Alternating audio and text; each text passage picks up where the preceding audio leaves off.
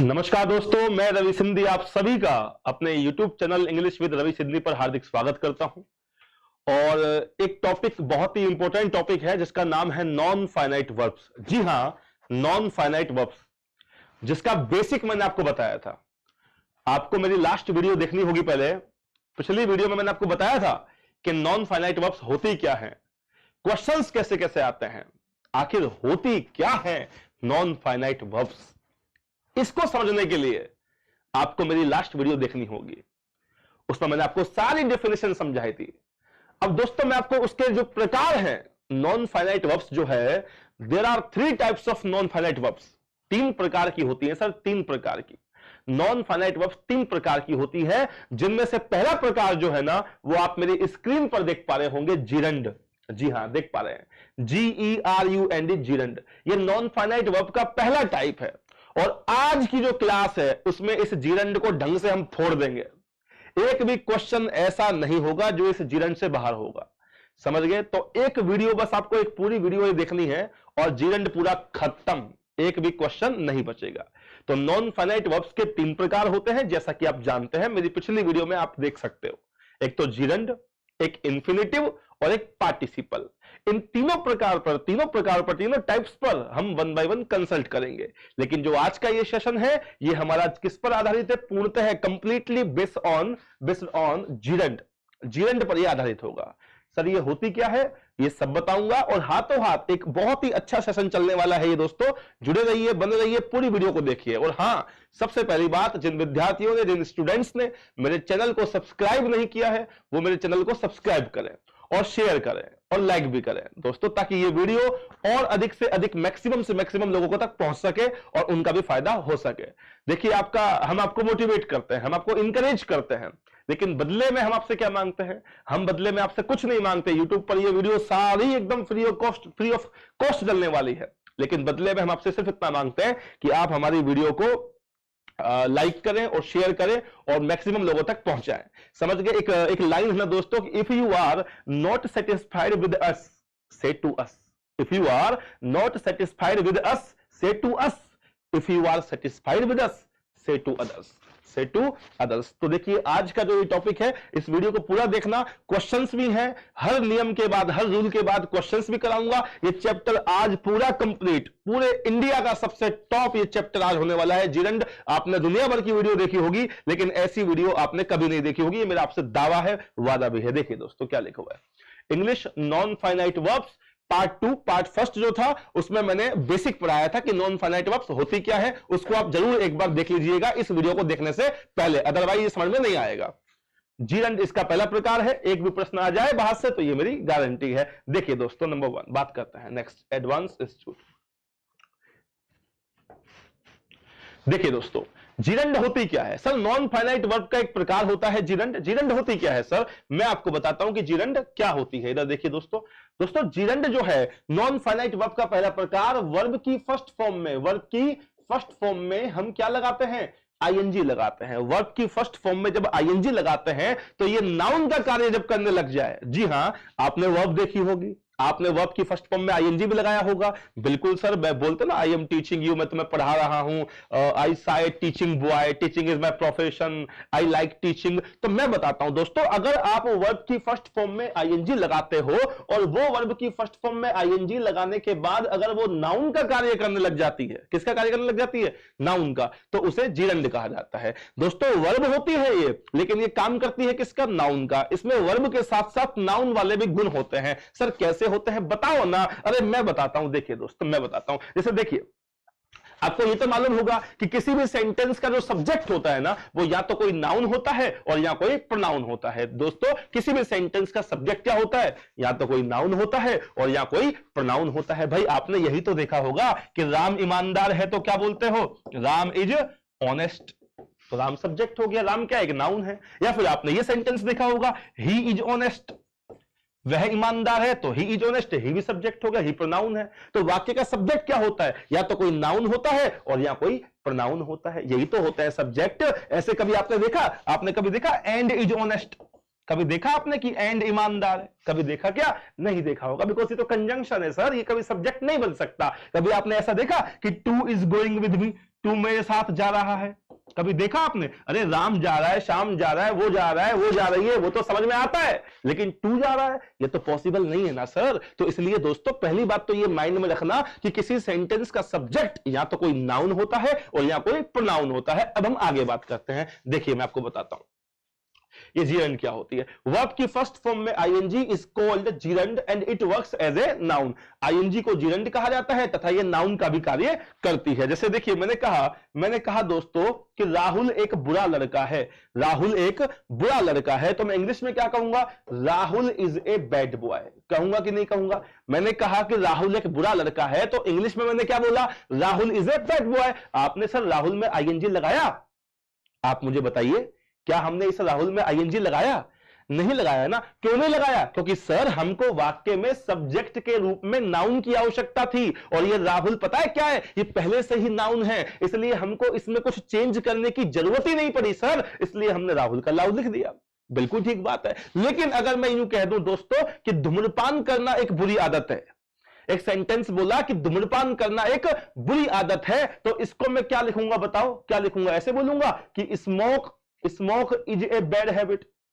क्या ये सही है? Smoke is a bad habit, क्या ये सही है? आप मुझे बताओ। नहीं सर ये सही नहीं है। आपने बाजारों में लिखा हुआ देखा होगा दुकानों पे, सर स्मोक नहीं होता। बोलो क्या होता है? स्मोकिंग होता है सर। अरे यही तो समझाना चाह रहा हूं भाई साहब कि जिस प्रकार हमको इस राहुल वाले सेंटेंस में सब्जेक्ट के रूप में नाउन की आवश्यकता थी, ठीक उसी प्रकार हमको यहां पर भी वर्ब से पहले नाउन की आवश्यकता है सब्जेक्ट के रूप में। लेकिन राहुल तो पहले से ही नाउन था, लेकिन स्मोक ये पहले से नाउन नहीं थी, ये तो वर्ब थी। तो इसको नाउन बनाओ ना।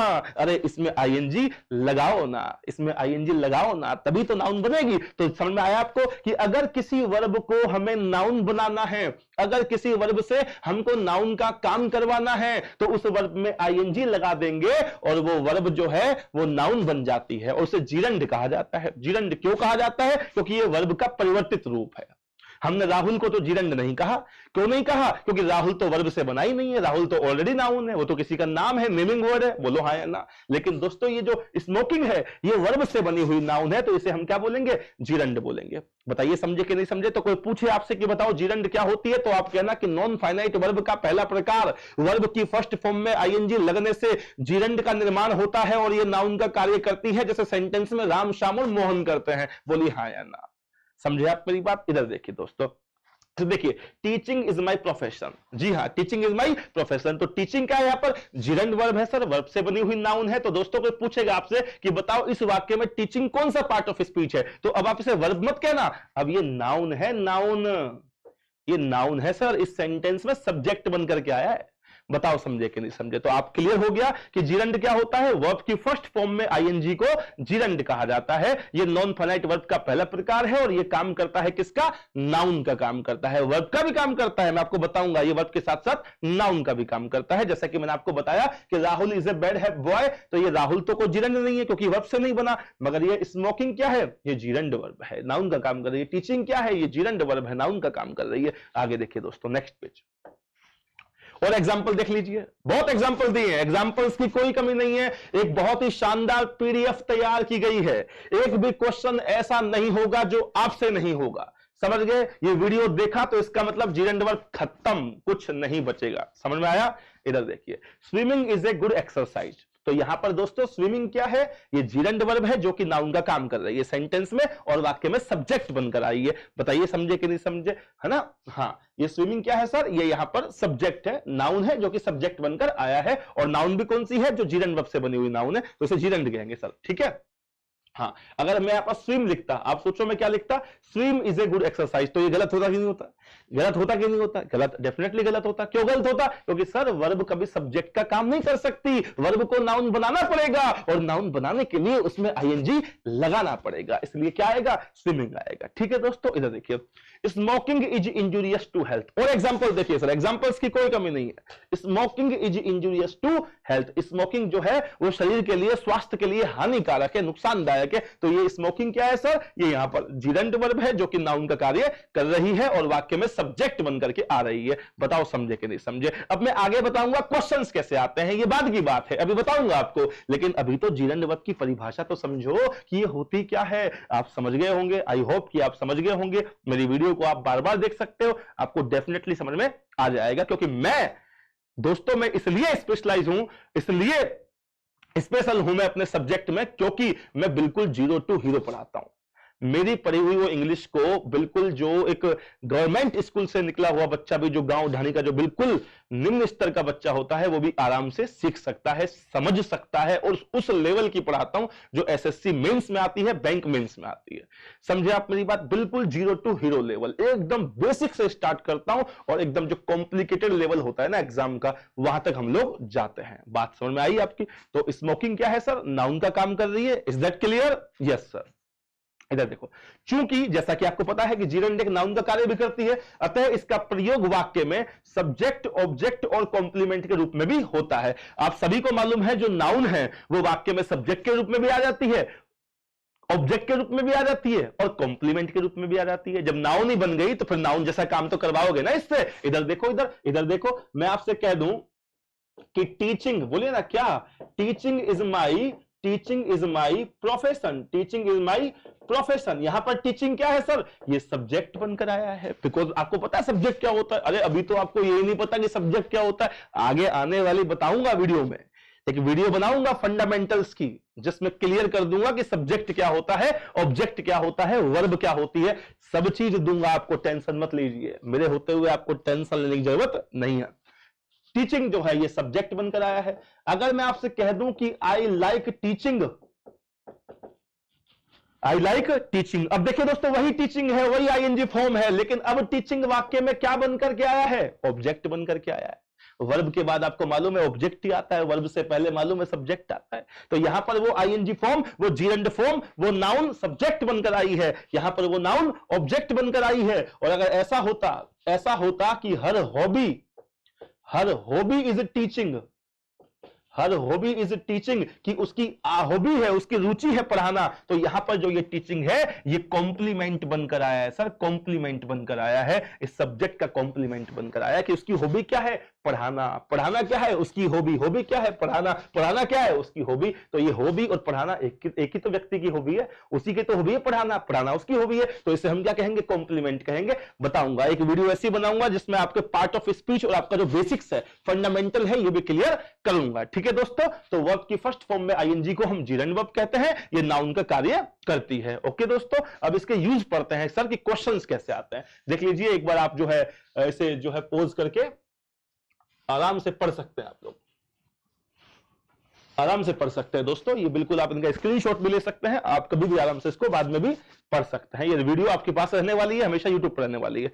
ओके दोस्तों, आगे देखते हैं use of gerund verb. Next देखिए, अच्छा ये भी इसके एग्जांपल और देख लीजिए कि कैसे कैसे काम करता है, कॉम्प्लीमेंट के रूप में, नाउन के सब्जेक्ट के रूप में और ऑब्जेक्ट के रूप में। देख लीजिए, देखिए dancing in is art, dancing is an art. तो डांसिंग क्या है? यहां पर सब्जेक्ट है। ठीक है भाई, जीरंड यहां पर सब्जेक्ट बनकर के आ गया, वर्ब से पहले सब्जेक्ट ही आता है। We prohibit smoking, we prohibit smoking, कि हम लोग प्रोहिबिट करते हैं, निषेध करते हैं, मना करते हैं, किसके लिए? स्मोकिंग के लिए। तो स्मोकिंग क्या है? यहां पर ऑब्जेक्ट बन के आया। बिल्कुल सही बात है सब। देखो जीरंड ऑब्जेक्ट का काम भी कर रही है, ऑब्जेक्ट बनकर भी आ रही है। ठीक है, आगे देखिए, हर पैशन इज गैम्बलिंग, उसका पैशन है जुआ खेलना। अब ये बी की फॉर्म के बाद जो ये गैम्बलिंग आया है, ये इस वाक्य में कॉम्प्लीमेंट बनकर के आया है। बताइए ना क्या बनकर के आया है? कॉम्प्लीमेंट बनकर के आया है। तो आप स्क्रीन के ऊपर तीनों एग्जांपल देख पा रहे हैं कि यहां पर जीरंड सब्जेक्ट का काम कर रही है, यहां पर जीरंड ऑब्जेक्ट का, और यहां पर जीरंड कॉम्प्लीमेंट का भी काम कर रही है। तो इज दैट क्लियर दोस्तों? को जीरंड क्या होती है? वर्ब की फर्स्ट फॉर्म में आईएनजी को लगाते हैं और उससे नाउन का कार्य भी करवाते हैं। जब वो नाउन का कार्य करने लग जाती है, वर्ब को नाउन बनाने के लिए उसमें आईएनजी लगाना पड़ता है, तो उसे हम जीरंड कहते हैं। और जैसे नाउन किसी सेंटेंस में सब्जेक्ट बनकर आती है, ऑब्जेक्ट बनकर आती है, कॉम्प्लीमेंट बनकर आती है, ठीक वैसे ही जीरंड भी वाक्य में सब्जेक्ट, ऑब्जेक्ट और कॉम्प्लीमेंट बनकर आती है। अब एक बात बताओ सर, इस जीरंड के क्वेश्चंस कैसे आते हैं? मैं बताऊंगा आपको कि जीरंड के क्वेश्चन कैसे आते हैं। दोस्तों याद रखना कि जीरंड जो है ना, एक नॉन फाइनाइट वर्ब का प्रकार है। ये नाउन का कार्य भी करती है, वर्ब का भी कार्य करती है। तो मैं बताऊंगा कि इसका प्रयोग कब कब होता है। देखिए क्वेश्चन, रूल नंबर 1, यहां से आपका टॉपिक शुरू होता है, आपका मतलब, आपका मकसद शुरू होता है। सर हमें कुछ नहीं चाहिए, हमें एक्सपर्ट नहीं बनना, हमें तो बस क्वेश्चंस करने हैं। We have to get a government job, हमको तो नौकरी चाहिए। सर नौकरी दिलवा दो, बहुत दिन हो गए। तो देखिए दोस्तों, one by one. Rule number 1 देखिए, वर्ब्स फॉलोड बाय जिरंड। दोस्तों कुछ वर्ब्स ऐसी हैं जिनका प्रयोग यदि फाइनाइट वर्ब, ये देखिए लिखा हुआ है, ये यहां पर स्क्रीन पर लिखा हुआ है, तो इससे फायदा ये होगा कि मुझे पूरा बोलना या बच्चों को लिखवाना नहीं पड़ेगा कि भाई कुछ वर्ब्स ऐसी हैं जिनका प्रयोग, उसमें बहुत टाइम लग जाता है। तो आप आराम से स्क्रीनशॉट लेकर के अपने घर पर अपने हाथों से लिख करके अपने नोट्स तैयार कर सकते हो अगर चाहो तो। If you are serious towards your career, अगर अपने करियर के प्रति सीरियस हो, मेहनत करना बस की है, तो आराम से इतना पका पकाया तुमको तैयार माल मिल रहा है, इसको नोट्स बनाइए, इसके लिख लिख कर दोस्तों, कुछ बाहर से नहीं आएगा, ये मेरी गारंटी है। ठीक है, देखिए कुछ वर्ब्स ऐसी हैं जिनका प्रयोग यदि फाइनाइट वर्ब्स के रूप में हो जाए, किया जाए, तो उनके बाद अगर किसी नॉन फाइनाइट वर्ब का प्रयोग पूछा जाए तो हमें जिरेंड वर्ब का प्रयोग करना चाहिए। दोस्तों देखिए कुछ वर्ब्स ऐसी हैं इंग्लिश के अंदर, जैसे कि एक मान लेते हैं, अभी तो आएगी वो वर्ब्स, देखो अवॉइड, बोलिए क्या, अवॉइड। अवॉइड ऐसी वर्ब है जिसका प्रयोग यदि फाइनाइट वर्ब के रूप में हो जाए। सर ये फाइनाइट वर्ब क्या होती है? जो टेंस और सब्जेक्ट से अफेक्टेड होती है, प्रभावित होती है, इंग्लिश में सब्जेक्ट के बाद आती है, उसे हम फाइनाइट वर्ब कहते हैं। तो कुछ वर्ब ऐसी हैं, अरे कैसी हैं? इस अवॉइड के जैसी हैं, अवॉइड के जैसी। अरे किसके जैसी? अवॉइड के जैसी। और कौन कौन सी है बताऊंगा ना, अगले पेज पर आएगी ना, सारी बात आएगी। तो कुछ वर्ब्स ऐसी हैं, ऐसी अवॉइड के जैसी, जिसका प्रयोग यदि फाइनाइट वर्ब के रूप में हो जाए तो इसके बाद अगर कोई दूसरी यानी कि नॉन फाइनाइट वर्ब पूछी जाए तो हमें उस नॉन फाइनाइट वर्ब के रूप में क्या लगानी है? जीरंड लगानी है। वर्ब की फर्स्ट फॉर्म में आईएनजी का प्रयोग करना है। तो आपको क्या याद करना है? आपको ये वर्ब्स याद करनी है। कौन कौन सी है? एक तो अवॉइड है, बताऊंगा, समझे? दोबारा समझिए दोस्तों, इस वीडियो में पूरा जीरंड कंप्लीट करा दूंगा, चाहे इस वीडियो में कितनी ही देर लग जाए। ये वीडियो जीरंड की पहली और आखिरी वीडियो होगी, पूरे इंडिया की सबसे टॉप वीडियो होगी। देखिए दोस्तों, कुछ वर्ब्स ऐसी हैं जिनके बाद जिनका प्रयोग यदि फाइनाइट वर्ब के रूप में हो जाए, किसके रूप में हो जाए? फाइनाइट वर्ब के रूप में। फाइनाइट वर्ब क्या होती है आप मेरी पिछली वीडियो में देख सकते हैं, लेकिन फिर भी मैं बता रहा हूं कि सब्जेक्ट के बाद आती है, टेंस और सब्जेक्ट से अफेक्टेड होती है, उसे फाइनाइट वर्ब बोलते हैं। और इसके बाद जो वर्ब पूछी जाएगी उसे नॉन फाइनाइट कहते हैं। तो अगर नॉन फाइनाइट वर्ब का प्रयोग पूछ लिया तो वर्ब में क्या लगाना है? आईएनजी यानी कि जीरंड का प्रयोग करना है। किसके बाद? इन वाली वर्ब्स के बाद। कौन कौन सी है ये वर्ब्स? अभी बताऊंगा सर। देखिए कौन कौन सी वर्ब्स है, बताऊंगा भी आपको। इधर देखिए ये वाली वर्ब्स है, ये वर्ब्स ऐसी हैं, these are the verbs which are followed by gerund. ठीक है, याद कर लीजिए, स्क्रीनशॉट ले लीजिए इसका। Number 1 start, number 2 practice, delay, dislike, enjoy, postpone, recommend, quit, consider, prefer, allow, request, imagine, stop, regret, feel like, excuse, mind, ये mind negative sentence में आता है हमेशा, deny, hate, resist, compel, pardon, suggest, anticipate, fancy, avoid, repent, keep, detest, admit, remember, risk, rest, advise, acknowledge, like, finish, evade, understand, miss, forgive, defer, escape, worth और contemplate। ये सारी verbs ऐसी हैं, अगर इनमें से किसी भी वर्ब का प्रयोग फाइनाइट वर्ब के रूप में कर दिया जाए, सब्जेक्ट के बाद आ जाए और उसके बाद अगर कोई दूसरी यानी कि नॉन फाइनाइट वर्ब पूछ ली जाए तो हमें जीरंड का प्रयोग करना है, आईएनजी लगाना है। समझे आप मेरी बात? आप इसका स्क्रीनशॉट लेकर के इसे याद करना, एक एक वर्ब को याद करना। ये चैप्टर आपके लिए बहुत मेहनत करके तैयार किया गया है। ठीक है दोस्तों, अब इसके क्वेश्चन हम करते हैं। हाँ, इधर देखिए, ये वर्ब्स आपको याद करनी है। देख लीजिए दोबारा, start, practice, delay, dislike, enjoy, postpone, recommend, quit, consider, prefer, allow, request, imagine, stop, regret, feel like, excuse, mind, deny, hate, resist, compel, pardon. आप वो याद करनी है ये। और इसके जस्ट बाद देखिए एग्जांपल, जैसे कि एंजॉय के बाद भी अभी जो वर्ड्स लिखवाई थी उनमें से ये वर्ड्स है। I enjoy to travel by train, I enjoy to travel by train. Sir enjoy के बाद तो जीरंड आती है, तो टू ट्रेवल नहीं आएगा। बताओ भाई क्या आएगा? ट्रेवलिंग आएगा। ऐसे एरर्स आपको निकालनी है। टू ट्रेवल नहीं आएगा, ट्रेवलिंग आएगा दोस्तों। ही डिनाइड आपसे पूछेगा, बताओ भाई ए पार्ट में गलती है, बताओ भाई बी भाग में गलती है, बताओ सी पार्ट में गलती है, या बताओ कोई भी एरर नहीं है, तो आपका उत्तर होगा D. I denied, he denied to steal my watch. Sir deny के बाद तो जीरंड आती है, तो लगाओ ना, अभी वर्ड्स बताई थी आपको, तो डिनाई के बाद जीरंड आएगी, तो टू स्टील नहीं आएगा सर, स्टीलिंग आएगा। क्या आएगा? स्टीलिंग आएगा। बताइए समझे कि नहीं समझे? My father doesn't mind to be disturb any time, कि मेरे पापा बुरा नहीं मानते, किसी भी टाइम उनको डिस्टर्ब कर दो वो बुरा नहीं मानते। तो माइंड जो है, doesn't mind, mind negative sentence में आता है, मानना, बुरा मानना, दिल पर लेना। My father doesn't mind, mind के बाद भी सर जीरंड वर्ब आती है, टू बी नहीं आएगा। बोलो क्या आएगा?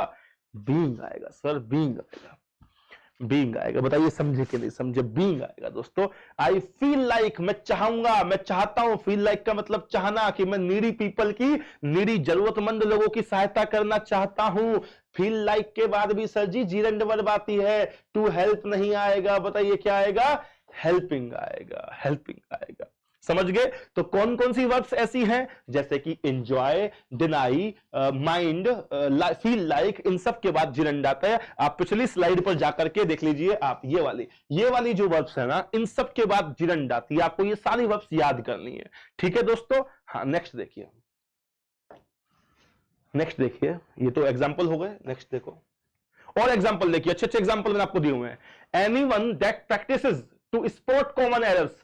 सर प्रैक्टिस आ गया सर, एनीवन जो है ये सब्जेक्ट हो गया, दैट हो गया इसका रिलेटिव प्रोनाउन, और इसके बाद ये प्रैक्टिसेस वर्ब है, फाइनाइट वर्ब है सर। और प्रैक्टिस के बाद ये जो लिखा हुआ है ना to sport, sir to sport नहीं आएगा। प्रैक्टिस के बाद तो जीरंड वर्ब आती है, स्पोर्ट नहीं स्पोर्टिंग आएगा सर, टू स्पोर्ट नहीं स्पोर्टिंग आएगा। बताइए समझे कि नहीं? प्रैक्टिस लिखा हुआ है। As you finish to do, sir finish के बाद भी जीरंड आती है सर, टू डू नहीं आएगा। बताइए क्या आएगा? डूइंग आएगा। फिनिश के बाद भी क्या आएगा? डूइंग आएगा सर, ना कि टू डू आएगा। बहुत इंपॉर्टेंट वीडियो तैयार हो गई आपके लिए। Initially my father was not ready, but at last he allowed to tie the knot with my girlfriend. शुरू में तो मेरे पापा राजी नहीं थे, लेकिन अंत में वो मान गए, अनुमति दे दी मेरी गर्लफ्रेंड से शादी करने की अनुमति दे दी मेरे फादर ने। तो लिखा हुआ है एट लास्ट ही अलाउड, और अलाउड के बाद लिखा हुआ है to tie. Sir to tie नहीं आएगा, बताइए क्या आएगा? टाइंग आएगा। और देखिए मुहावरा होता है इंग्लिश के अंदर, to tie the knot, to tie the knot, ये एक इडियम है, इसका अर्थ होता है शादी करना। जी हां सर, क्या होता है? शादी करना होता है। टू टाई द नॉट का मतलब होता है दोस्तों शादी करना, याद रखना, ठीक है भाई? तो अलो के बाद जीरंड वर्ब आती है, ठीक है भाई? तो यहां क्या आएगा? टाइंग आएगा। नेक्स्ट क्वेश्चन देखिए, रूल नंबर सेकंड। तो रूल फर्स्ट देख लीजिए एक बार, दोबारा से रिवाइज कर देते हैं। रूल फर्स्ट, कुछ वर्ब्स ऐसी हैं जिनका प्रयोग यदि फाइनाइट वर्ब के रूप में हो जाए तथा उनके बाद किसी नॉन फाइनाइट वर्ब का प्रयोग पूछा जाए तो हमें जीरंड वर्ब का प्रयोग करना चाहिए। इंग्लिश मीडियम वाले बच्चे भी देख सकते हैं, ये लाइन लिखा हुआ है मैंने कि वर्ब्स फॉलोड बाय जीरंड, वो वर्ब्स जो जीरंड के द्वारा फॉलो की जाती हैं। कौन कौन सी वर्ब्स है सर? वो ये वाली वर्ब्स से आपको याद करना है। स्टार्ट आप जानते हो शुरू करना होता है, प्रैक्टिस अभ्यास करना, डिले माने लेट करना, स्थगित करना होता है, स्थगित करना। डिसलाइक का मतलब क्या होता है? नापसंद करना। एंजॉय आनंद लेना, पोस्टपोन स्थगित करना, रिकमेंड सिफारिश करना, क्विट क्या होता है? छोड़ देना, कंसीडर क्या होता है? मानना, प्रीफर महत्व देना, अलो अनुमति देना, रिक्वेस्ट प्रार्थना करना। सबके मतलब बता रहा हूं आपको, बिल्कुल एकदम जीरो टू हीरो। जिस बच्चे को कुछ भी नहीं आता उसको भी फुल समझ में आने वाला है। वीडियो को लाइक और सब्सक्राइब जरूर करें अगर आप मेरी मेहनत से और मेरे पढ़ाने से खुश है तो। इमेजिन कल्पना करना, स्टॉप रोकना, रिग्रेट पछतावा करना, फील लाइक चाहना, एक्सक्यूज माफ करना, माइंड मानना, डिनाई नकार देना, हेट नफरत करना, रेसिस्ट विरोध करना, कंपेल मजबूर करना, पैडोन माफ करना, सजेस्ट सुझाव देना, एंटिसिपेट पूर्वानुमान लगाना, फैंसी कल्पना करना, अवॉइड बचना, रिपेंट पश्चाताप करना, कीप जारी रखना, डिटेस्ट नापसंद करना, एडमिट स्वीकार करना, ये एडमिट भर्ती होने वाला नहीं है, ध्यान रखना, स्वीकार करने वाला है, रिमेंबर याद रखना, रिस्क जोखिम लेना, रेस्ट आराम करना, एडवाइस सलाह देना, एक्नोलेज स्वीकार करना, लाइक पसंद करना, फिनिश समाप्त करना, इवेड बचना, अंडरस्टैंड समझना, मिस क्या होता है मिस याद करना, फॉरगिव माफ करना, डिफर स्थगित करना, स्केप बचना, वर्थ एक एडजेक्टिव है, इसका मतलब होता है के योग्य, और कॉन्टेम्पलेट मतलब चिंतन करना, मनन करना। तो इन सब के बाद हमको जिरंड का प्रयोग करना चाहिए, और इसके एग्जाम्पल आगे हैं, मैंने आपको समझा ही दिए ये वाला एग्जाम्पल। और नेक्स्ट क्वेश्चन एग्जाम्पल देखिए, रूल, नेक्स्ट रूल देखिए सर, देखिए 2 मिनट का हल्का सा गैप, आप इतने पढ़िए इस रूल को।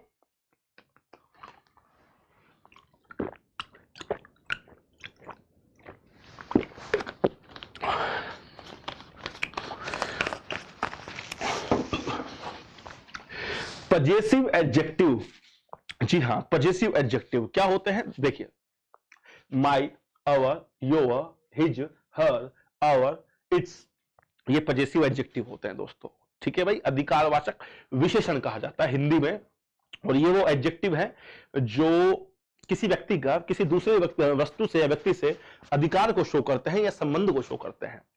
ये मेरा पेन है, ये मेरा पेन है, तो मेरा जाहिर सी बात है इस पेन से अधिकार शो हो रहा है, ये मेरा पेन है, तो इसे इंग्लिश में मैं कैसे बोलूंगा कि ताकि आप तक ये शो हो जाए कि हाँ यार इस पेन का इस पर अधिकार है, मेरा इस पेन पर अधिकार है। तो मैं ऐसे बोलूंगा कि दिस इज आई पेन, मैं ऐसे बोलूंगा कि this is my pen, this is me pen, no ना, मैं ऐसे बोलूंगा this is my pen, this is my pen, तो ये पेन मेरा है, तो माई जो है मेरा पेन है, तो पेन को मेरे से मेरा पेन पर अधिकार को शो करना है, और मेरा इस पेन पर अधिकार को शो करने के लिए कौन काम आएगा, अधिकारवाचक विशेषण ही तो काम आएगा, पजेसिव एडजेक्टिव ही तो काम आएगा, और वो आई नहीं होता, माई होता है, यू नहीं होता, योर होता है, ही नहीं होता, हिज होता है, शी नहीं होता, हर होता है, यू नहीं होता, योर होता है। तो पजेसिव एडजेक्टिव क्या होते हैं, ये सब होते हैं। याद रखिएगा दोस्तों कि पजेसिव एडजेक्टिव जो है ना, हमेशा इनके बाद कोई ना कोई नाउन आती है। रूल नंबर 2 समझ लीजिए, काम आएंगे। पजेसिव एडजेक्टिव के बाद याद रखना हमेशा कोई ना कोई नाउन आती है। कभी आपने सिंगल यानी कि अकेले पजेसिव एडजेक्टिव देखे नहीं होंगे, कभी आपने ऐसा कोई सेंटेंस देखा कोई आपने सेंटेंस कि दिस इज माई, देखा कोई नहीं देखा होगा। आपने देखा होगा दिस इज माई पेन, आपने देखा होगा this is my house, this is my institute, this is my table, this is my chair, आपने कुछ भी देखा होगा, लेकिन खाली पजेसिव एडजेक्टिव आपने कभी नहीं देखा होगा, याद रखना। तो दोस्तों पजेसिव एडजेक्टिव के बाद हमेशा कोई ना कोई नाउन आती है, ये बात तो ठीक है, लेकिन अगर वर्ब आ जाए तो क्या करें, अगर पजेसिव एडजेक्टिव योर के बाद कोई वर्ब आ जाए तो क्या करें, तो फॉर्मूला है आपके पास, कंसेप्ट क्लियर है आपका, समझा तो दिया।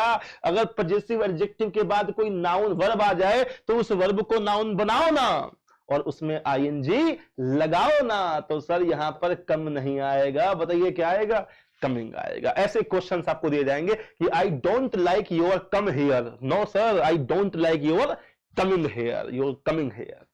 नेक्स्ट क्वेश्चन देखिए, does anyone object to my smoke, क्या कोई मेरी स्मोकिंग का ऑब्जेक्ट करता है, विरोध करता है। Does anyone object to my smoke, sir possessive adjective है माई, और माई के बाद स्मोक नहीं आएगा, स्मोकिंग आएगा, स्मोकिंग आएगा।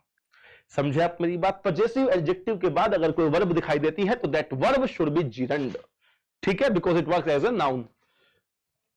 आगे आपको रूल नंबर 2, पजेसिव एडजेक्टिव के बाद अगर किसी वर्ब का प्रयोग पूछा जाए तो हमें जिरंड का प्रयोग करना चाहिए। वर्ब का प्रयोग पूछा जाए तो ये ध्यान रखना भाई, ऐसा नहीं कि माई के बाद लिखा हुआ है माई के बाद लिखा हुआ है पेन, तो आप पेन में आईएनजी लगा रहे हैं, पेनिंग, नहीं सर ऐसा नहीं, वर्ब दिखे तो नाउन में कन्वर्ट करना है। ठीक है दोस्तों, ये रूल आप इसका स्क्रीनशॉट ले सकते हैं और इसे आराम से अपने घर पे नोट्स तैयार कर सकते हैं। अगर मेहनत करोगे तो आगे बढ़ोगे, जितना गुड़ डालोगे उतना मीठा होगा। जिंदगी जीने के केवल 2 ही तरीके हैं, मेरी बात याद रखना कि जिंदगी जीने के केवल दो ही तरीके हैं, या तो जो चीज पसंद है उसे हासिल कर लो, और या फिर जो चीज हासिल है उसे पसंद करना सीख लो। समझे आप मेरी बात? जिंदगी जीने के केवल दो ही तरीके हैं, या तो जो चीज पसंद है उसे मेहनत करके हासिल कर लो, और या फिर जो चीज हासिल है ना उसे पसंद करना सीख लो। तो अगर आपको चाहिए सरकारी नौकरी, अच्छा पैकेज, अच्छी लाइफ, अच्छा लाइफ अगर आपको चाहिए तो sir you will have to work hard. ठीक है दोस्तों, नोट्स बनाने पड़ेंगे, मेहनत करनी पड़ेगी। आपको पता है ना कि दिन बनाने के लिए पूरी रात जगना पड़ता है। ठीक है दोस्तों, देखिएगा next example, purchasing at this place now depends on their come here. Purchasing at this place, आपसे पूछेगा बताइए ए भाग में गलती है, बी भाग में गलती है कि सी भाग में गलती है? परचेजिंग एट दिस प्लेस, अब देखिए परचेजिंग जो है आईएनजी फॉर्म है, ये तो हो गई नाउन, बिकॉज सेंटेंस की शुरुआत में सब्जेक्ट बनकर आई है, आईएनजी फॉर्म है, वर्ब में आईएनजी लगा है, तो ये तो हो गई जिरंड, नाउन का काम कर रही है। Purchasing at this place now depends on their come, कि यहां पर खरीदारी उनके आने पर निर्भर करती है, तो उनका आना तो देयर कम नहीं सर, देयर कमिंग आएगा। आप समझ गए होंगे, काफी सारे एग्जांपल मैंने दिए हुए हर रूल के नीचे। नेक्स्ट क्वेश्चन, अब देखिए दोस्तों, इसी क्वेश्चन को वो दूसरे तरीके से भी पूछ सकता है। आप ये याद रखना कि पजेसिव एडजेक्टिव के बाद जीरंड, और जीरंड से पहले पजेसिव एडजेक्टिव, याद रखना भाई, पजेसिव एडजेक्टिव के बाद जीरंड, और जीरंड से पहले पजेसिव एडजेक्टिव। कई बार क्या होगा, जीरंड तो आपको ठीक दे देगा लेकिन यहां पर गलती कर देगा। तो याद रखना दोस्तों कि पजेसिव एडजेक्टिव आना चाहिए, कोई और केस नहीं आना चाहिए। जैसे कि ये क्वेश्चन देखो कि due to me being, due to me being, अरे सर यहां जीरंड तो ठीक है लेकिन मी नहीं आएगा, बताओ क्या आएगा, माई बीइंग आएगा। ये सीजीएल का क्वेश्चन है। Due to me being a newcomer I was unable to get a house suitable for my family, कि मेरे इस शहर में न्यू कमर होने के कारण मैं एक अच्छा सा मकान अपनी फैमिली के लिए ढूंढ नहीं पा रहा था। मेरे न्यू कमर होने के कारण, तो मेरा न्यू कमर होना माई बीइंग आएगा, मेरा होना माई बीइंग, मेरा होना माई बीइंग, ना कि मी बीइंग। बोलिए हाँ या ना, समझे आप मेरी बात? तो यहां क्या आएगा, माई बीइंग आएगा। नेक्स्ट देखिए, Owing to me being a girl, I was given fewer rights and facilities, कि मेरे लड़की होने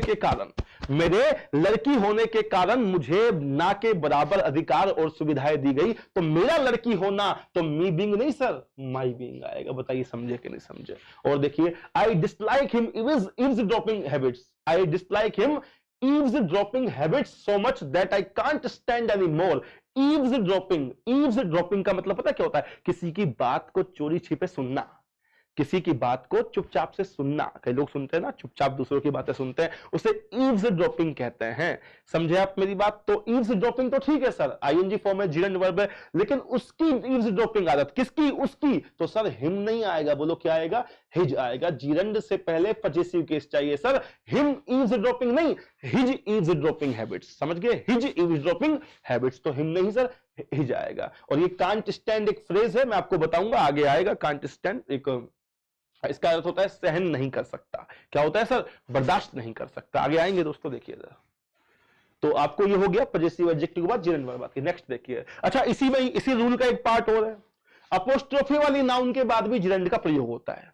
सर एक बात बताओ, मैंने कहा मेरा पेन, तो मैं कहूंगा माई पेन। मैंने कहा उसका पेन, तो हिज पेन। लड़की के लिए हर पेन, उनका तो देयर। लेकिन मैं कह दूं राम का पेन, तो क्या करूंगा, राम का पेन। भाई साहब ये जो प्रोनाउन होते हैं, ये जो एडजेक्टिव होते हैं, पजेसिव एडजेक्टिव, ये तो लिमिटेड है, फिक्स है। तो आपका, हमारा, योर, अवर, माई, देयर, हर, ये तो ठीक है। लेकिन सर नाम तो करोड़ों की संख्या में, राम, मोहन, श्याम, सोहन, गीता, मीता, बहुत सारे नाम है। उनके लिए हम लोग किसका प्रयोग करते हैं? तो दोस्तों उनका, अगर किसी नाउन से आपको ऑनरशिप दर्शाना है, या रिलेशन दर्शाना है, या पोजीशन दर्शाना है, तो आपको मालूम है अपोस्ट्रोफी, आपने सुना होगा, हम किसी भी नाउन में, किसी व्यक्ति के नाम में अपोस्ट्रोफी लगाते हैं। अपोस्ट्रोफी से क्या होता है, का, के, की का अर्थ निकल के आ जाता है। जैसे मैंने कहा माई पेन, तो हम कह सकते हैं माई पेन। मैंने कहा मेरा पेन, तो मैं बोल सकता हूं माई पेन। लेकिन अगर मैं कह दूं कि राम का पेन, तो हम क्या कहेंगे सर, राम्स पेन। क्या कहेंगे, राम्स पेन। तो दोस्तों जिस प्रकार अपोस्ट्रोफी वाली नाउन के बाद भी कोई ना कोई नाउन आती है, अगर इस अपोस्ट्रोफी वाली नाउन के बाद भी अगर कोई वर्ब आ जाए, तो उस वर्ब में भी हमको क्या लगाना है, जीरंड लगाना है, क्योंकि वो भी तो पजेसिव केस की तरह ही है। जैसे मैंने कहा मेरा तो माई, राम का तो राम्स, मोहन का तो मोहन्स, मेरा पेन माई पेन, राम का पेन राम्स पेन। तो जैसे पजेसिव एडजेक्टिव काम करता है, ऐसे ही अपोस्ट्रोफी भी किसी नाउन में लग करके पजेसिव केस को ही व्यक्त करता है। ठीक है भाई। हाँ, तो इधर देखिए, आई insisted on Sita Singh with him, कि मैंने सीता के जो गाने पर इंसिस्ट किया, उससे आग्रह किया गाने के लिए, तो सर सीताज सिंग नहीं आएगा सर, सीताज सिंगिंग आएगा। अपोस्ट्रोफी वाली नाउन के बाद जीरंड आती है, याद रखना। सारे नियम इस वीडियो में खत्म कर दूंगा, कुछ बचेगा ही नहीं। इंडिया की सबसे टॉप वीडियो ये होने वाली है जीरंड वर्ब की। किसकी? जीरंड वर्ब की, सबसे टॉप इंडिया की दोस्तों, जो कि नाउन का कार्य करती है। Mohan's arrive on time, sir apostrophe वाली नाउन है, मोहन्स अराइव नहीं आएगा, क्या आएगा? अराइविंग आएगा, अराइविंग आएगा सर। ठीक है, आगे देखिए, the boss recent mister Gupta going, sir यहां भी देखिए मिस्टर गुप्ता गोइंग नहीं सर, मिस्टर गुप्तास गोइंग आएगा। मिस्टर गुप्ता का जाना, मिस्टर गुप्तास गोइंग आएगा। समझे आप मेरी बात? तो कई बार आपको अपोस्ट्रोफी के बाद जो वर्ब लगानी है वो जीरंड लगानी है, और जीरंड से पहले आपको अगर कोई नाउन दी गई है तो उसमें अपोस्ट्रोफी लगाना है। दोनों प्रकार से गलतियां दी जाएगी। ठीक है, ये 2 रूल कंप्लीट हुए। रूल नंबर 3 देखते हैं।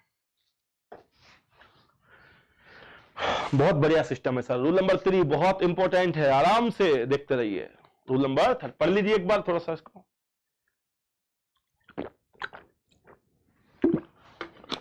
Rule number 3, 3 rule, third rule, तीसरा रूल।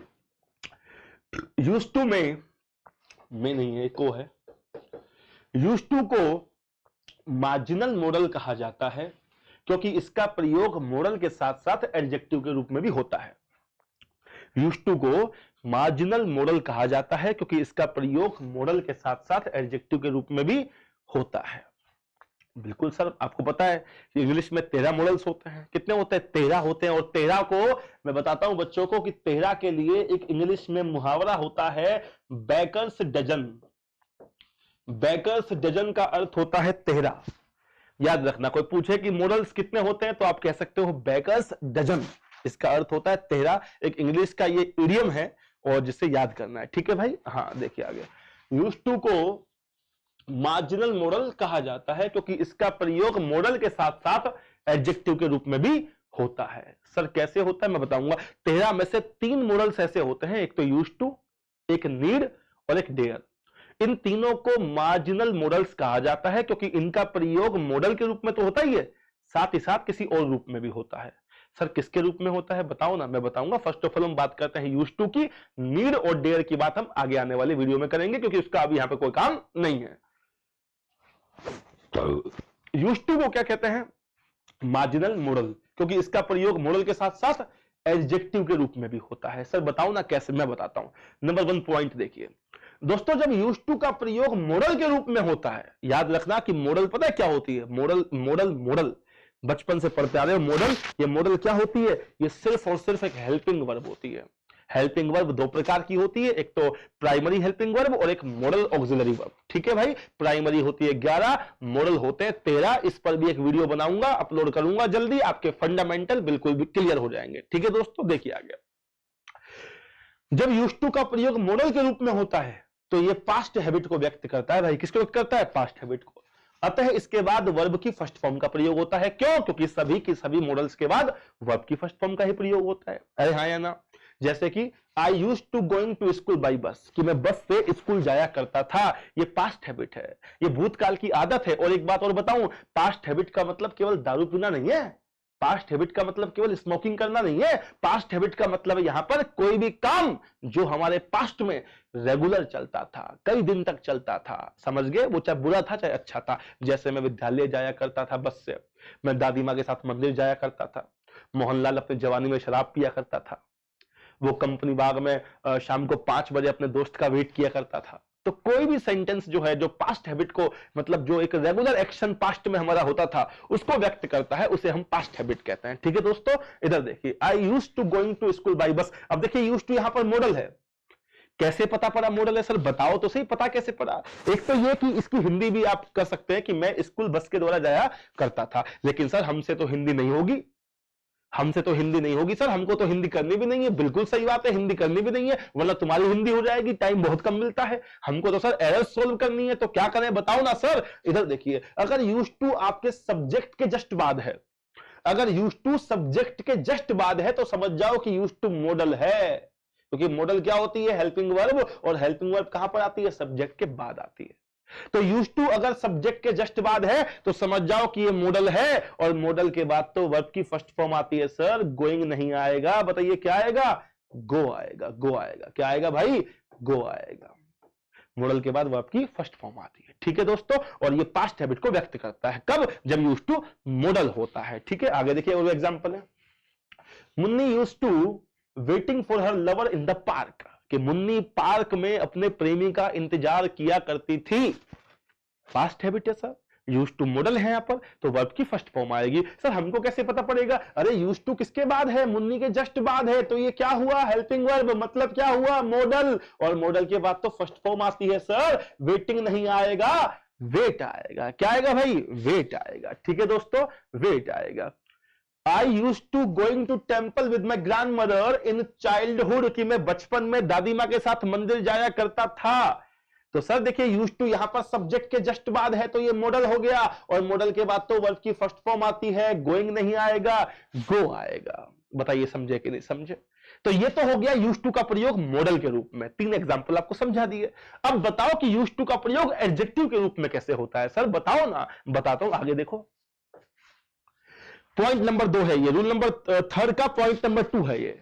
यदि यूज टू से पहले इज एम आर, देखो ये लिखा हुआ एग्जांपल दोस्तों, अगर यूज टू से पहले इज एम आर, अगर सब्जेक्ट के बाद और यूज टू से पहले is am are, get, gets, got, was, were आ जाए, तो हमें समझ जाना चाहिए कि यूज टू का प्रयोग एडजेक्टिव के रूप में हुआ है। अब यूज टू से पहले इज एम आर आ गया, या वाज वर आ जाए, या गेट, गेट्स, गोट आ जाए, तो समझ जाना कि यूज टू का प्रयोग किसके रूप में हुआ है? एडजेक्टिव के रूप में हुआ है। और उस स्थिति में यदि वर्ब का प्रयोग पूछा जाए तो हमें जिरंड का प्रयोग करना चाहिए, और यहां पर यूज टू का अर्थ क्या होता है? अभ्यस्त होना, यानी कि आदि होना। क्या होता है सर? आदि होना। अब देखिए यूज टू से पहले क्या है? इज एम आर है, तो समझ जाओ कि यूज टू का प्रयोग हुआ है एडजेक्टिव के रूप में। और इस स्थिति में अगर यूज टू के बाद कोई वर्ब आए तो इस वर्ब को नाउन बना दो, और नाउन बनाने के लिए इसमें क्या लगा दो? आईएनजी लगा दो, जिरंड का प्रयोग कर दो। सर नाउन क्यों बनाए? क्योंकि दोस्तों एडजेक्टिव हमेशा नाउन या प्रोनाउन को क्वालिफाई करता है, तो इस एडजेक्टिव के बाद यूज टू क्या हो गया? यहां पर एडजेक्टिव, और इसके बाद कोई नाउन चाहिए, और इस वर्ब को नाउन बनाओ ना।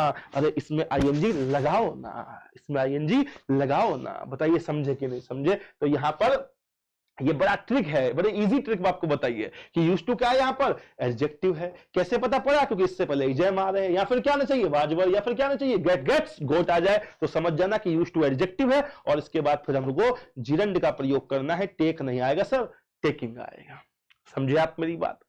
अरे हाँ या ना? अच्छा सर एक बात और बताओ ना, ये यूज टू से पहले is am are, get, gets, got, was were, ये फिक्स है क्या? हाँ ये फिक्स है।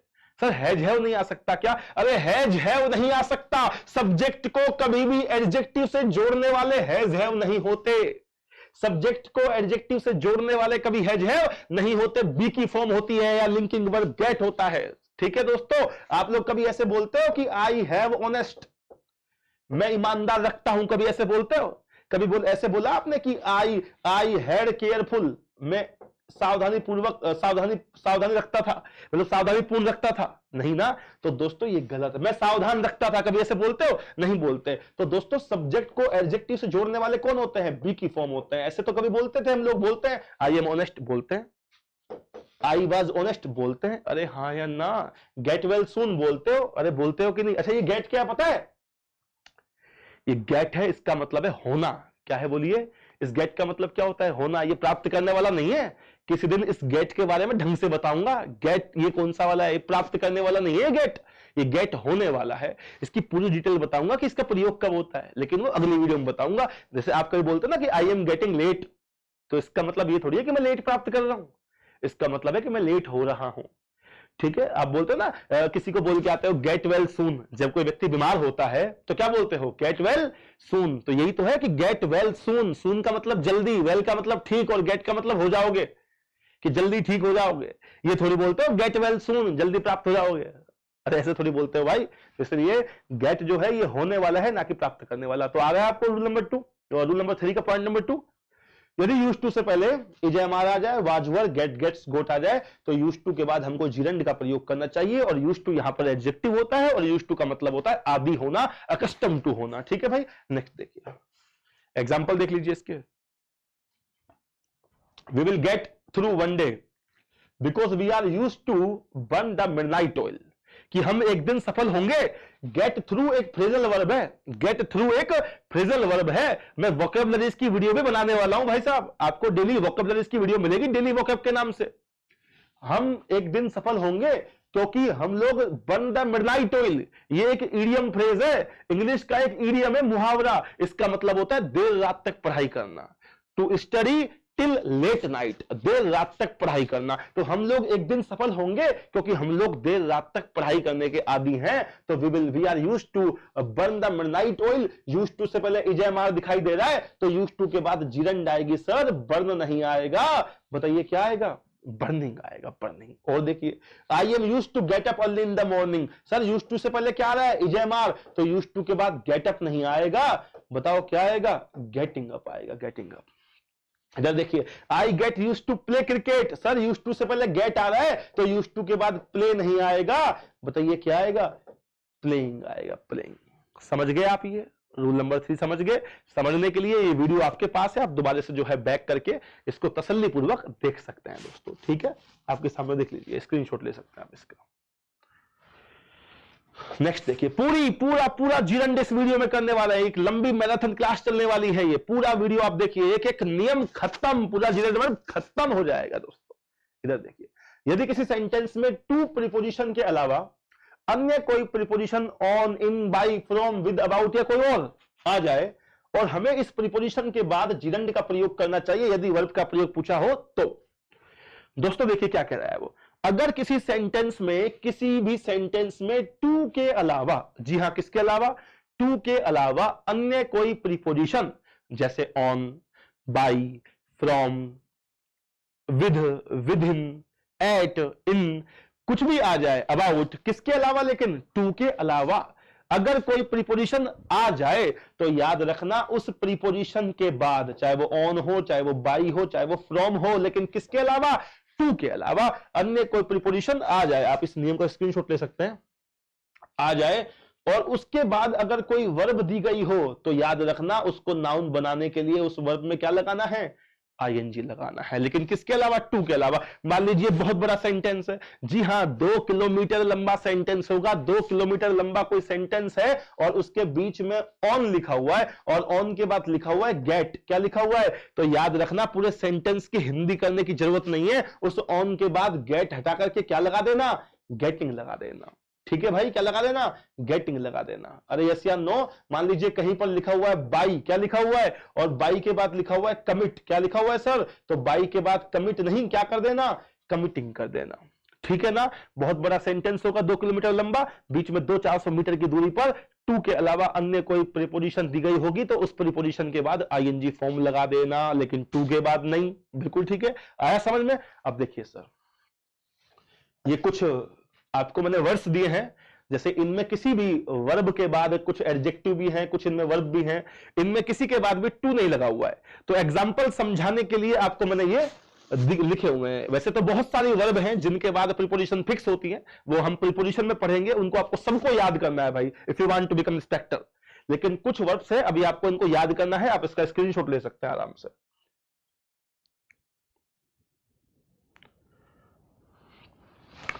कॉन्ग्रेचुलेट ऑन, फेलिसिटेट ऑन, बधाई देना, दोनों का मतलब क्या होता है? बधाई देना।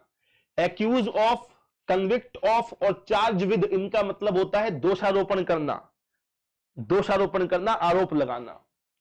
सफर फ्रॉम का मतलब होता है पीड़ित होना। थिंक ऑफ का मतलब के बारे में सोचना। श्योर ऑफ का मतलब आश्वस्त होना, 2 बार आ गया कोई बात नहीं।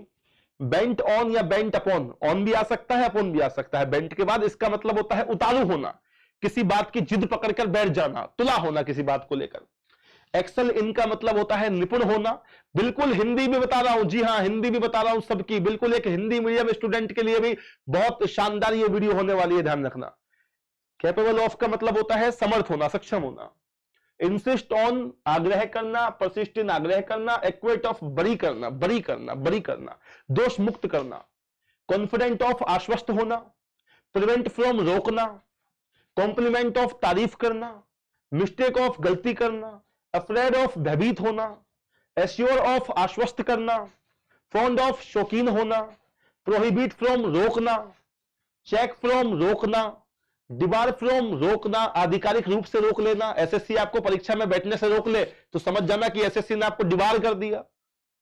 रिफ्रेन फ्रॉम परहेज करना, एब्सटेन फ्रॉम परहेज करना, एब्सोल्व फ्रॉम बरी करना, एब्सोल्व है ये, एब्सोल्व फ्रॉम, ABSOLV, एब्सोल्व फ्रॉम बरी करना, सक्सीड इन सफल होना, एम एट क्या होता है, लक्ष्य बनाना, एम एट लक्ष्य बनाना, प्राइड ऑन गर्व करना, प्राइड ऑन गर्व करना, कीन ऑन उत्सुक होना, कीन ऑन उत्सुक होना, गुड एट होशियार होना, अवेल ऑफ फायदा उठाना। तो इन सारी वर्ब्स के बाद या एडजेक्टिव्स के बाद कहीं पर भी टू नहीं दिया हुआ, तो अगर इनमें से कोई भी शब्द आपको दिखाई दे जाए तो आपको इनके बाद की प्रीपोजिशन भी याद करनी है, और दूसरा उन प्रीपोजिशन के बाद अगर कोई वर्ब आ जाए तो वो आईएनजी फॉर्म में आएगी, ये बात भी याद करनी है।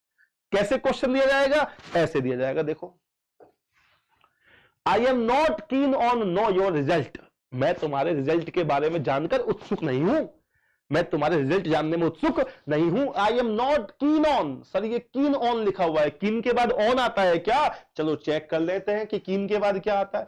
बिल्कुल सही बात है, ऑन आता है कीन के बाद, तो चलो ठीक है भाई, कीन के बाद ऑन तो ठीक है। गलती कहां पर है, अरे गलती तो यहां पर है सर, नो नहीं आएगा, बताओ क्या आएगा, नोइंग आएगा, नोइंग आएगा सर, बताओ समझे कि नहीं समझे। कि माई इनेमोरेटा इज गुड एट सिंग, कि मेरी प्रेमिका गाने में होशियार है, अच्छी है गाने में, तो माई इनेमोरेटा इज गुड एट, गुड के बाद एट आता है, बिल्कुल सही बात है, एट आता है, लेकिन इसके बाद यहां सिंग नहीं आएगा सर, सिंगिंग आएगा। क्या आएगा, सिंगिंग आएगा, बताओ समझे कि नहीं समझे। सक्सेस इज श्योर, सक्सेस निश्चित है। If you aim to achieve, sir aim के बाद टू नहीं आता, एम के बाद तो एट आता है। अच्छा देख लेते हैं एम के बाद क्या आता है, एम के बाद क्या आता है, एट आता है, बिल्कुल सही बात है भाई, एम के बाद टू हटा दो, टू की जगह क्या आएगा, एट आएगा। आपको ध्यान देना है किसके बाद क्या आता है, ये आपको याद करना है, लिखा लिखाया नहीं मिलेगा वहां पर। एम के बाद क्या आता है, एट आता है, और जब एट आ गया तो सर अब यहां पर अचीविंग नहीं, अचीव नहीं आएगा, बताइए क्या आएगा, अचीविंग आएगा। जब टू नहीं आएगा तो वर्ब की फर्स्ट फॉर्म में नहीं आएगी, एट आएगा तो एट के बाद क्या आएगा, अचीविंग आएगा। बताइए समझे कि नहीं समझे दोस्तों। नेक्स्ट देखिए example, after so many years of incessant struggle, incessant का मतलब होता है लगातार, कॉन्टिन्यूअस, परपेचुअल, रेगुलर, इंसेसेंट, समझ गए आप मेरी बात, कंसेक्यूटिव, कंसेक्यूटिव लगातार, जी हाँ। वोकैबुलरी का क्लास लेंगे हम आपकी, ठीक है, बहुत अच्छी अच्छी वोकैबुलरी आपको कराई जाएगी, टेंशन मतलब मेरे होते हुए। After so many years of incessant struggle and strife, विवाद, dispute, strife को बोलते हैं, she has finally succeeded to, अरे सर succeeded के बाद तो इन आता है, to आता ही नहीं है, ये succeed की थर्ड फॉर्म है, हैजेव के बाद आई है, succeed के बाद तो इन आता है, to आता ही नहीं है सर, और इन आएगा तो यहां पर gerund verb आएगी, तो यहां win नहीं आएगा, बोलो क्या आएगा, winning आएगा। तो गलती कौन से भाग में है, सी पार्ट में है, इन winning आएगा, ठीक है दोस्तों।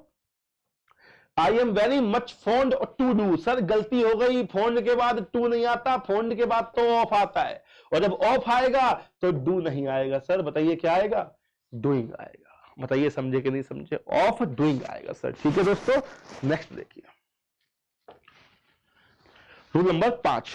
कोई भी रूल, मैंने तो वैसे तो बहुत धीरे धीरे आपको एक एक बात को बार बार रिवाइज करके बोल रहा हूं, समझा रहा हूं लेकिन फिर भी ये वीडियो परमानेंट YouTube पर रहने वाली है, तो अगर आपको कोई चीज समझ में नहीं आती है तो आप वापस से उसको बैक करके और दोबारा समझ सकते हैं। ये वीडियो हमेशा YouTube पर अवेलेबल रहेगी दोस्तों, ठीक है, एकदम ही फ्री ऑफ कॉस्ट चल रहा है।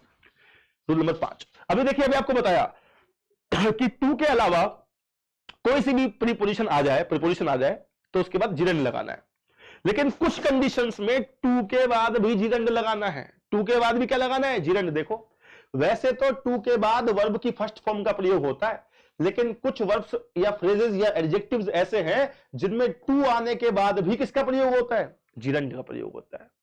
वैसे तो टू के बाद फर्स्ट फॉर्म आती है, लेकिन ये कुछ वर्ड्स, कुछ फ्रेजेस, कुछ वर्ब ऐसी हैं जिनमें टू आ रहा है, सब में लास्ट में दिख रहा है आपको, लेकिन फिर भी टू के बाद क्या आएगा, जिरंड आएगा, वर्ब की फर्स्ट फॉर्म में आईएनजी आएगा sir. Look forward to, with a view to, accustomed to, addicted to, given to, habituate to, owing to, object to, devoted to, in addition to, averse to, prone to, admit to, committed to, vulnerable to, susceptible to, take to. इन सब के बाद दोस्तों क्या आता है दोस्तों, gerund बात। ये वर्ब की फर्स्ट फॉर्म में आईएनजी का प्रयोग होता है इन सब के बाद। देखिए सर एग्जांपल देखिए, my father is addicted to gamble, my father is addicted to gamble. तो एडिक्टेड टू के बाद कैसी आती है सर वर्ब, जिरंड वर्ब आती है। तो सर यहां गैम्बल नहीं आएगा, बताइए क्या आएगा, गैम्बलिंग आएगा सर, गैम्बलिंग आएगा, गैम्बलिंग आएगा। बताइए समझे कि नहीं समझे।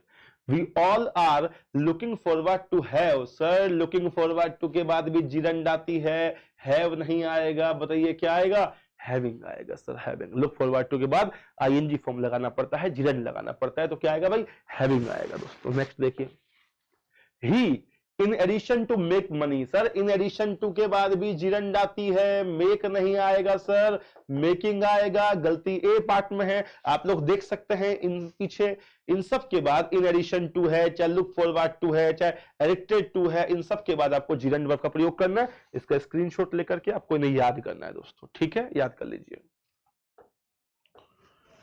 माई uncle retired with a view to have peaceful life, sir with a view to के बाद हैविंग आएगा, जिरंड आती है sir. Everyone should be committed to do, committed to के बाद भी जिरंड आती है, डू नहीं आएगा सर, डूइंग आएगा।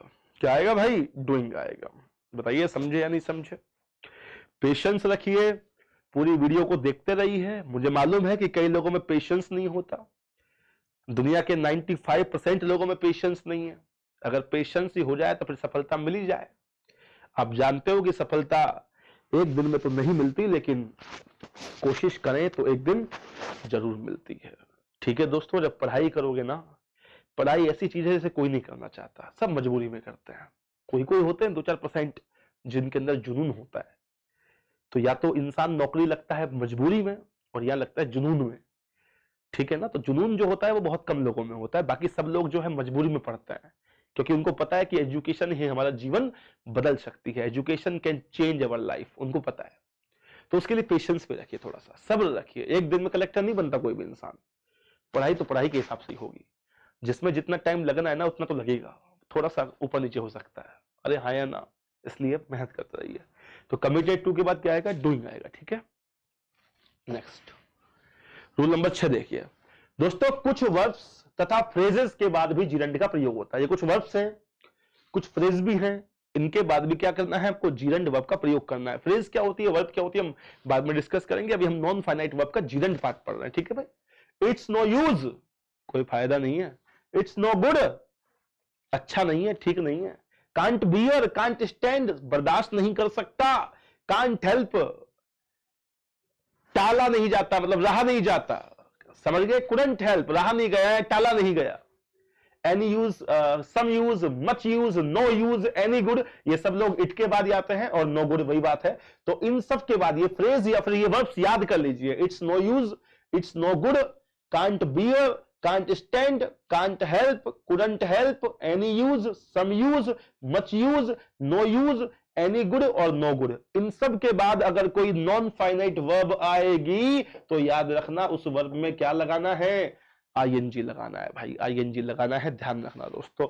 देखिए एग्जांपल देखिए, it's no use to cry over spilt milk.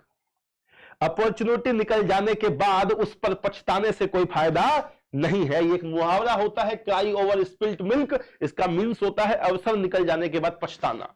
तो it's no use to cry, sir it's no use के बाद तो जिरंड आती है सर, तो टू क्राई नहीं आएगा सर, क्या आएगा, क्राइंग आएगा भाई। क्या आएगा, क्राइंग आएगा। बताइए समझे कि नहीं समझे।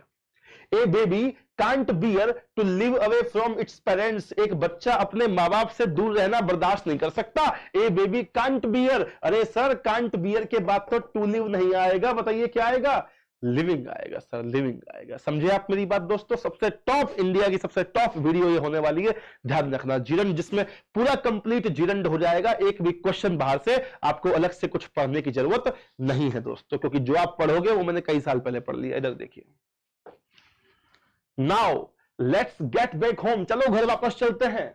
It's no use to go in the meeting, it's no use के बाद सर जी कौन सी वर्ब आएगी? जीरंड आएगी सर, टू गो नहीं आएगा, गोइंग आएगा। A true lover can't stand to live away from his beloved, एक सच्चा प्रेमी अपनी प्रेमिका से दूर रहना बर्दाश्त नहीं कर सकता। पता है आपको ये बात? इधर देखिए दोस्तों, तो कांट स्टैंड के बाद यहां पर टू लिव नहीं सर, बताइए क्या आएगा? लिविंग आएगा। ठीक है भाई, नेक्स्ट देखिए, it's no good to help the traitors, गद्दारों की सहायता करना ठीक नहीं है। बिल्कुल सही बात है, गद्दारों की सहायता करना ठीक नहीं है दोस्तों। तो यहां पर इट्स नो गुड के बाद टू हेल्प नहीं, बताइए क्या आएगा? हेल्पिंग आएगा। गद्दारों की सहायता करना ठीक नहीं है, देश से प्यार करना चाहिए। We should love our country, कि भरा नहीं जो भाव से जिसमें बहती रसधार नहीं, भरा नहीं जो भाव से जिसमें बहती रसधार नहीं। अरे हृदय नहीं वो पत्थर है जिसमें देश के लिए प्यार नहीं, जिसमें देश के लिए प्यार नहीं। देखिए दोस्तों, he couldn't help shed, couldn't help के बाद भी क्या आएगा सर? जीरंड आएगी। तो यहां पर शेड नहीं सर, शेडिंग आएगा। शेडिंग आएगा कि वो आंसू बहाना टाल नहीं पाया, आंसू बहाने से अपने आप को रोक नहीं पाया। क्यों? गांव वालों की दुर्दशा देख के, प्लाइट का मतलब दुर्दशा होता है, अरे हाँ या ना, जो कि होमलेस कर दिए गए थे, घरहीन कर दिए गए थे, किसके द्वारा? एक साइक्लोन तूफान के द्वारा। बोलिए यस या नो। तो कुडंट हेल्प के बाद जो है शेड नहीं, शेडिंग आएगा सर। इट्स नो गुड के बाद भी हेल्पिंग आएगा, आपको बताया रूल मैंने अभी। नेक्स्ट देखिए, रूल नंबर 7, एडवाइज, अलो, रिक्वेस्ट, कंपेल और order.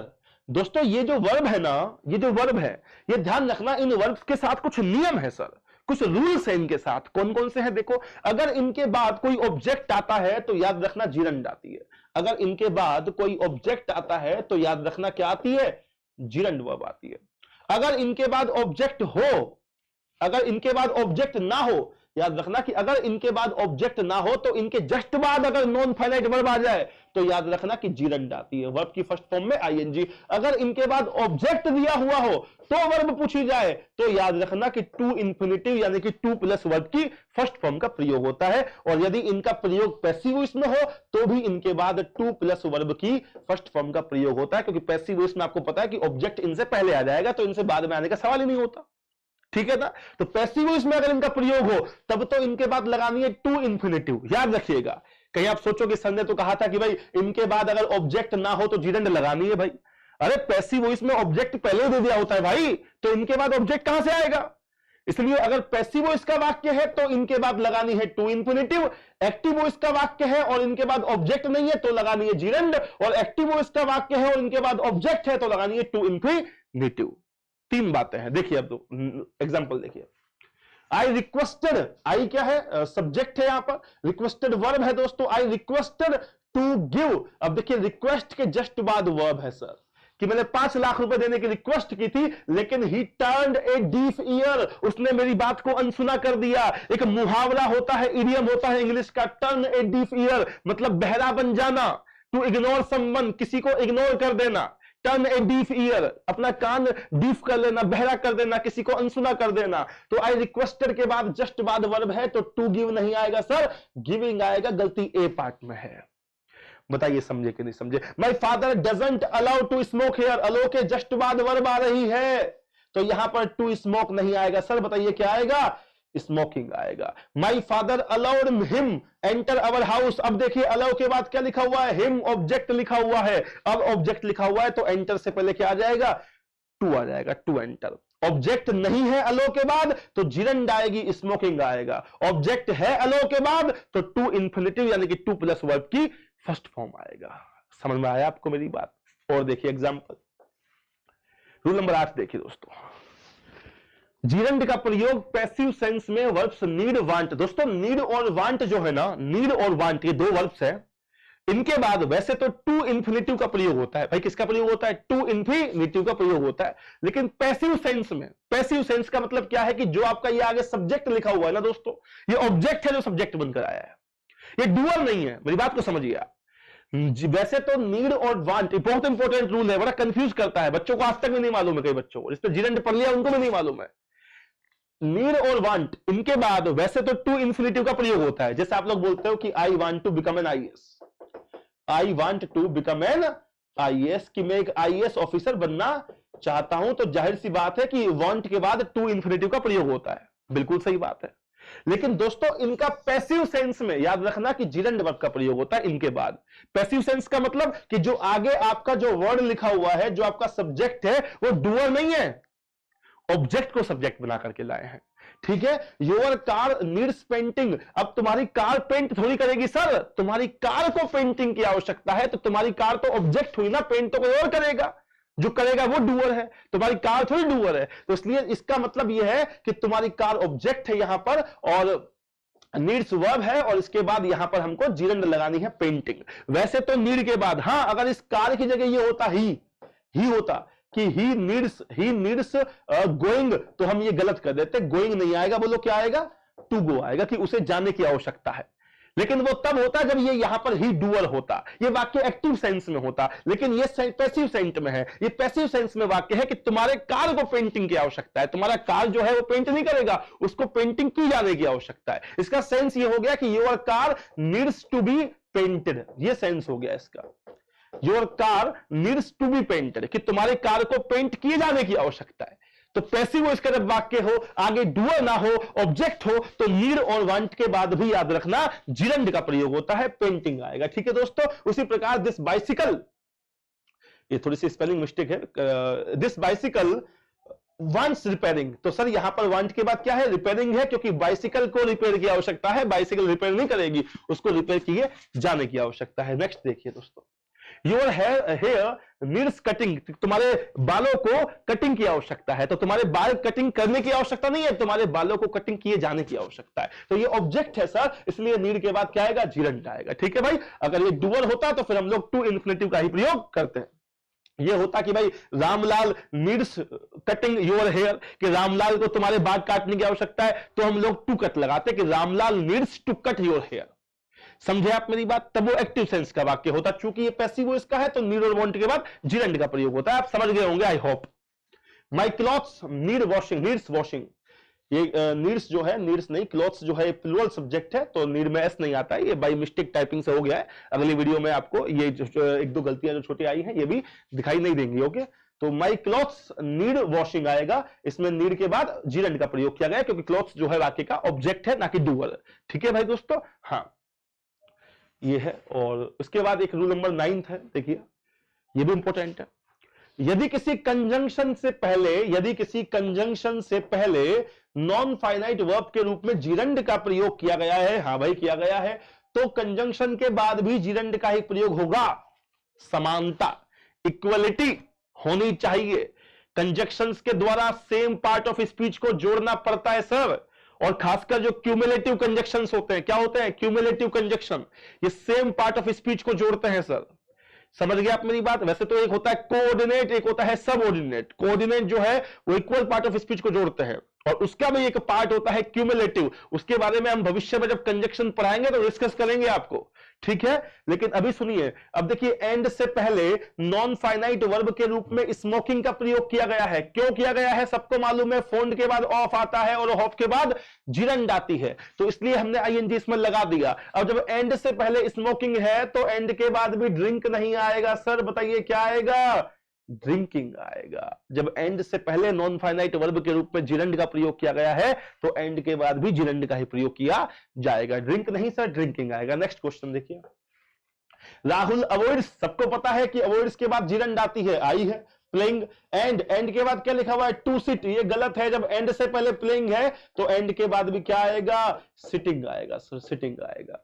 My inamorata likes dancing and to sing, sir and से पहले डांसिंग है तो एंड के बाद भी टू सिंग नहीं आएगा, बताइए क्या आएगा, सिंगिंग आएगा, सिंगिंग आएगा। नेक्स्ट क्वेश्चन, ये देखिए सीजन में आया हुआ क्वेश्चन है। School offers many opportunities, a school offers many opportunities of meeting helpful people, reading useful books and obtain information about a variety of public career.